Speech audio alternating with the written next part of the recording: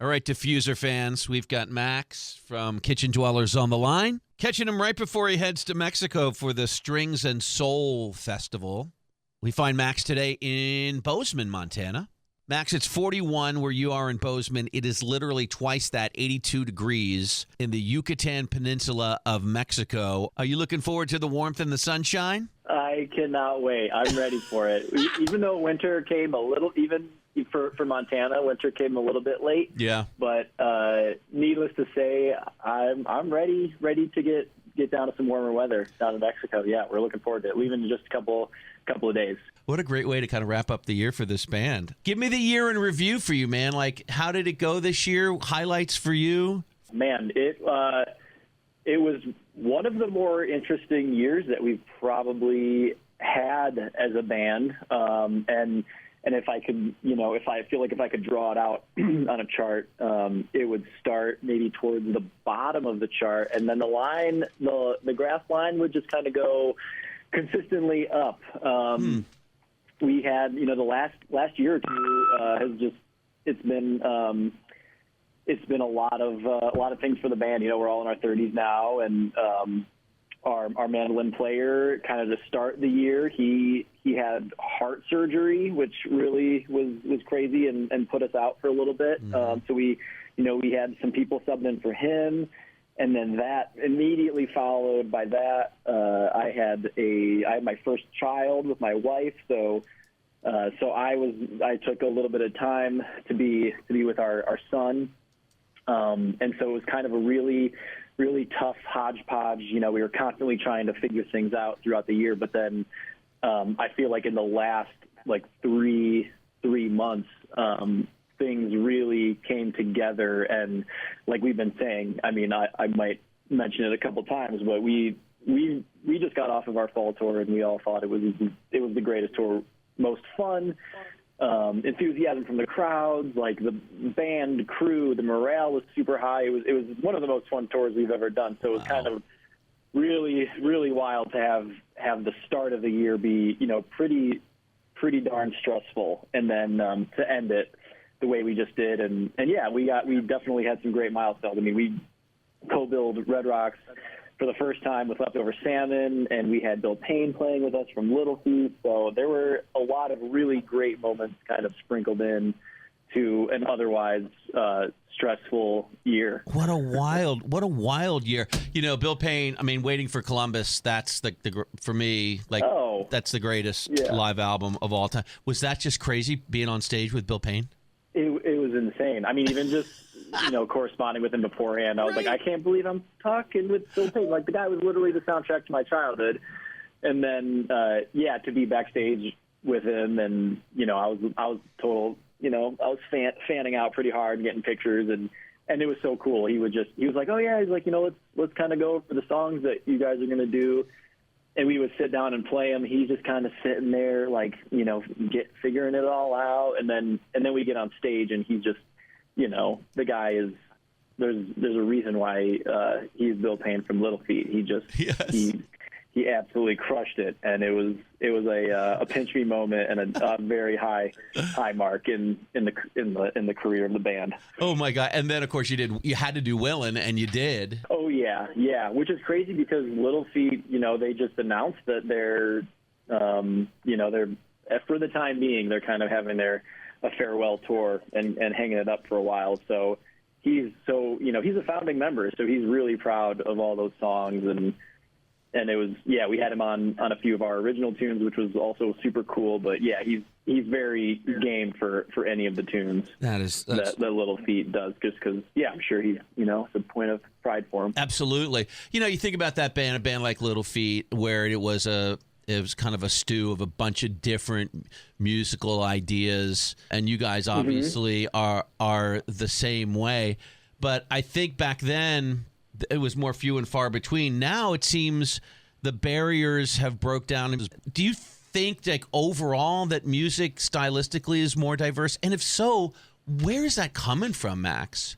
I think it's definitely become more diverse, or it's almost like there's an expectation for for when people go out and see music that it's going to be very stylistically diverse. I mean, yeah, bands have done it throughout history, but I think people kind of are craving that, and it's because people are exposed to it, you know, so much every single day. There's so much out on the internet, and even, you know, you go see, and that's the cool thing is that I feel like if you were to go see, you know, Bonnie Raitt, she, in her show today, will kind of have a lot of stylistically different things. It's just kind of this, as the music business has gone on for, you know, all these years now, there's just a lot more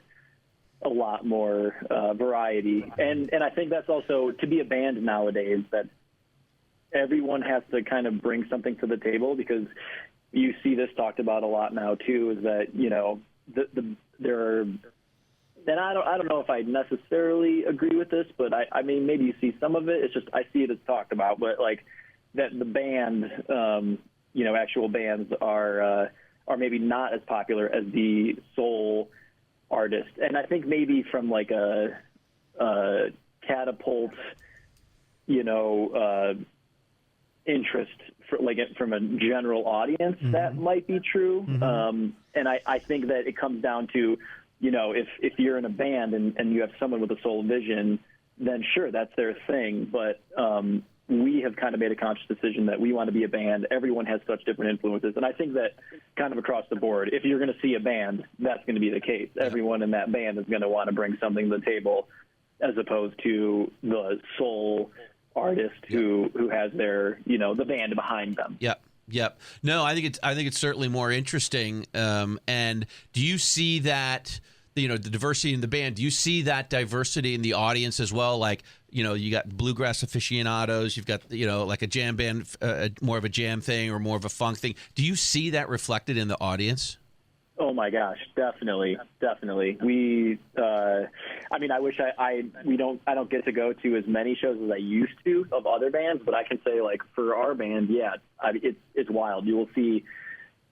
We played on this last fall tour. We played Pittsburgh, and there were these, you know, these kids had to be like 17 because they had the X's on their hands, you know, for being under 21, and they're in the front row, and these guys were just like losing their minds, and it was so cool because usually, you know, we've been a band now for well over a decade that, you know, we have like college kids, we have people around our age, but then we've noticed that there's definitely a lot of an older crowd, and I think that's partially because we do a lot of kind of more of the classic rock influence, also a lot of the bluegrass influence. Yep.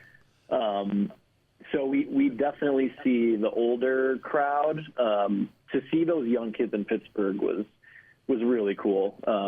So, and just people from all walks of life, you know, like amazing. It's amazing to see people from very rural areas really latch on. And then we go to like New York City, and it's like, you know, we play a show in New York City, and it's really wild. It shows the power of music for sure. I love it.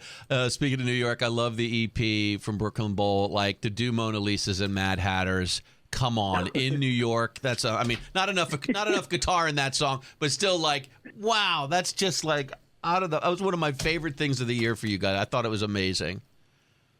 Oh, awesome. Yeah, that was awesome. And we had a guy by the name of Kellen from Fruition up there on piano, because we had to bring the piano. Oh, I love that song so much. It's a great song. You talked about having a kid this year. How has that changed kind of your worldview, and has that crept into your creative life? Yeah, it's definitely changed the worldview, just now that there's another, you know, I have a new best friend in town, and he takes up a lot of my headspace, and so it's definitely changed, you know, just how you go about your day, and you know, you obviously think way less about yourself throughout the day. You're caring for another individual. That's right. So from that perspective, yes, definitely. I think from a musical and creative perspective, it's really let me kind of slow down. And I think that's one of the aspects of why this last tour was so great, is because I think it's just forced me to slow down a little bit, not care on maybe some of the fine details of things like creatively that I may be used to, and now it's just way more free flowing, and maybe I have a looser grip on things, which I think ultimately is a good thing. I don't want to say that it forces more of a dedication, but there's a little bit more of a gravity to it of like, we need to think about scheduling more. We're probably all better partners to our wives or girlfriends because of all this stuff. We're thinking a lot more about that type of thing in our relationships with other people, and it kind of creates a unified goal within the band. I think everyone, and we've been through so much together. In your 20s, you go through a lot together of just really kind of being road warriors and living very very cheaply on the road and not having any money whatsoever. So we go through that in your 20s, and then now we go through maybe some, for instance, having kids or Sean's heart surgery. We go through maybe a little bit more heavy, real life stuff together, which makes the bond of the band stronger, I think. What are you looking forward to in 2026? Right after the new year, we're getting into the studio, and we're going to be working on an album. So I love doing that, and that's kind of come right first thing in the year. So that's always a highlight any time that we can be in the studio and be creative that way. But we've got some really good tours planned. We've got our ski tour that we do every winter, and we're hitting some of our favorite places in January, and then February we managed to get into some places that we haven't really been in a couple of years, like Flagstaff, Arizona. The South. We've always been trying to get to the Southwest, but for whatever reason, scheduling it just is hard to get down there. So really looking forward to that. And then we're kind of lining out the summer and fall of next year. So we're working on stuff that is pretty exciting. I think next year is going to be really great for the band, for sure.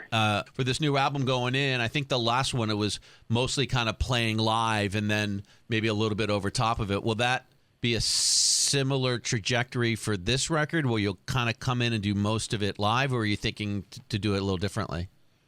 This one is going to be a little bit different. The last one we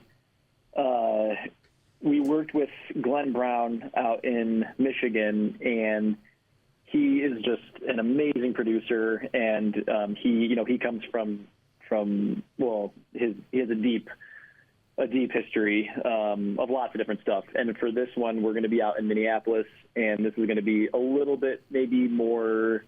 Well, we'll see how it goes. All the songs that we've got right now might be a little bit more. This is just currently, but they're going to be like maybe a little bit more folk driven, a little bit more kind of song, the song, craft of the song oriented. Yeah.